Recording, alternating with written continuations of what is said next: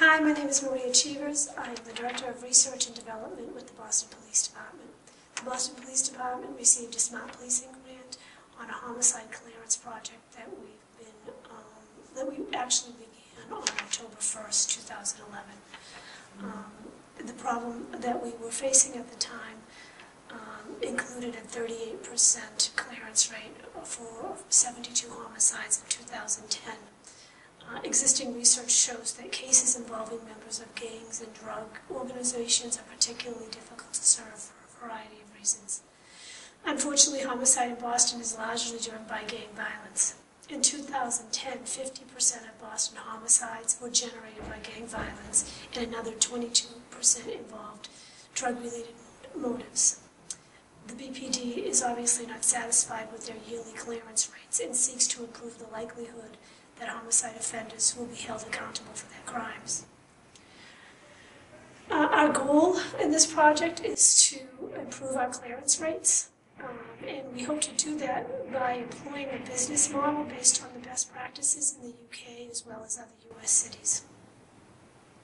The model, the outcomes of this model, our intentions is to develop quality standards for response operators, procedures, and policies, to also provide training for homicide detectives and crime scene response officers to bring them to a higher level of training in these areas, and to build upon an accountability structure focused on learning and collaboration amongst homicide detectives, crime scene response team members, community, actually even police officers in the districts as they work to clear homicide cases.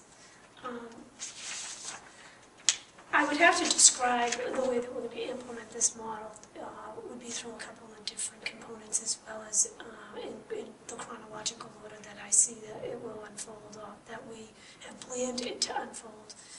The first thing that will take place is a retrospective study in which Anthony Braga, our research partner from Rutgers and Harvard, will closely examine the case files from 2006 to 2011 of all homicides and figure out what the indicators are for the positive clearance rates as well as the clearance rates that did not take place, and see what factors were used in some cases and not others that helped to reach a clearance. He will also look at the cases that involve non-fatal shootings to see what the difference is in our response to homicide versus shootings that were non-fatal.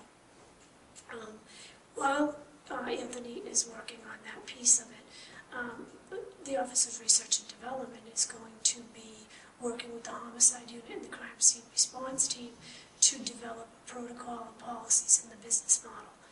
And we will do that by working with the UK, some researchers in the UK, but also by looking at best practices across the country. And through that, we will develop our own business model based on even what we do best and create a much more uniform set of policies and standards to follow. While we do it, within 6 months, we will then kick off the implementation based on the new policies, procedures, and standards. For 6 months, we will then implement throughout the homicide unit, with every case that we get, these new protocols. In the meantime, the research piece of this will look at the different things that we do based on these protocols and procedures. And then at the end of the 6 months, we'll compare the clearance rates from last year to the clearance rates from this year based on the new policies, to identify what we did was different and what effect that had on the clearance rate for the 6 months that we will be doing that research.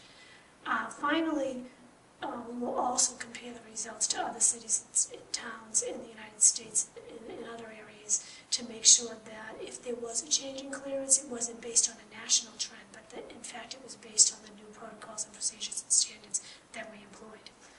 And so we have a lot of work, and we look forward to the results. Thank you.